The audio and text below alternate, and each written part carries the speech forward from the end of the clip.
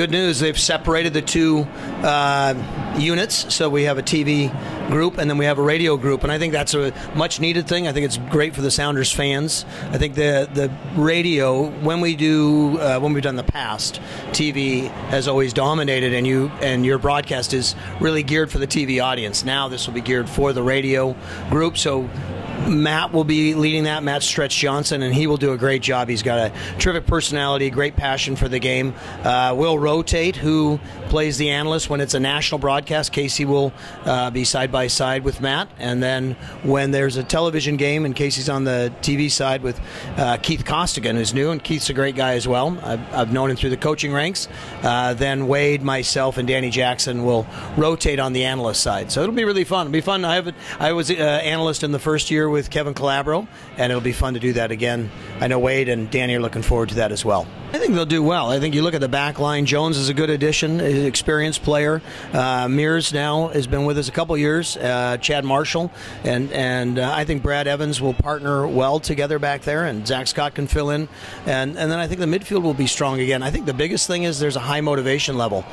New players have joined us mid-season or late in the season last year, and they really brought a great spark. I think Brian Schmetzer talked about the attitude of Evenschitz and the attitude of Valdez and the work rate of those guys. Those guys want to see something happen here that's really positive, like meaning an MLS Cup. So I'm excited about the season going, and I thought Stephen Fry had his best season last year. He's still in his prime. He had a lot of great shutouts, so I expect a lot of good things from the team. Well, I think we saw this with Obafemi when he finally got a full season with an off season. I think we'll see that with Valdez and Evenschitz. I think now they've tested the waters a little bit, but now having a bit of an off season, starting in training camp, it'll be great to see them mixing right in, starting with the first team right at the beginning. It'll be great to see Roman Torres come back. And then Jordan Morris is a bit of the talk of the town right now, the Stanford national champion. It'll be great to see what Jordan does. I'm looking forward to seeing him play, and I think he'll do a terrific job. But then it'll be interesting with Clint up front solo because he and Obafemi were a great partnership together. But I'm thrilled. Last year we beat Harvard, we beat Dartmouth, we beat the University of Washington, we beat Oregon State, we beat UCLA, we beat Northwestern. Those are some marquee programs around the country. UNLV.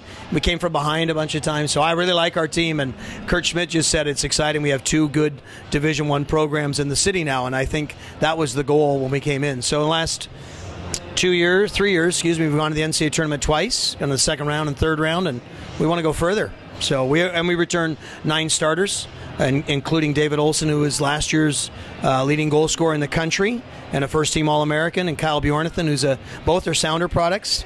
Kyle was second-team All-American. Sam Langston's a Sounder product as well, and so we've got a good squad. And the guys are great kids. I'll tell you what, you want a good soccer experience, come watch the games. The night games at Championship Field are a lot of fun. So we'll start August 13th, and then I'm throwing them under the bus a little bit. We're on the road a lot. So when you do the math, it's 6 road games and 2 home games before we start our WAC conference. So it'll be challenging, but again, we've got 9 returning starters, a lot of experience.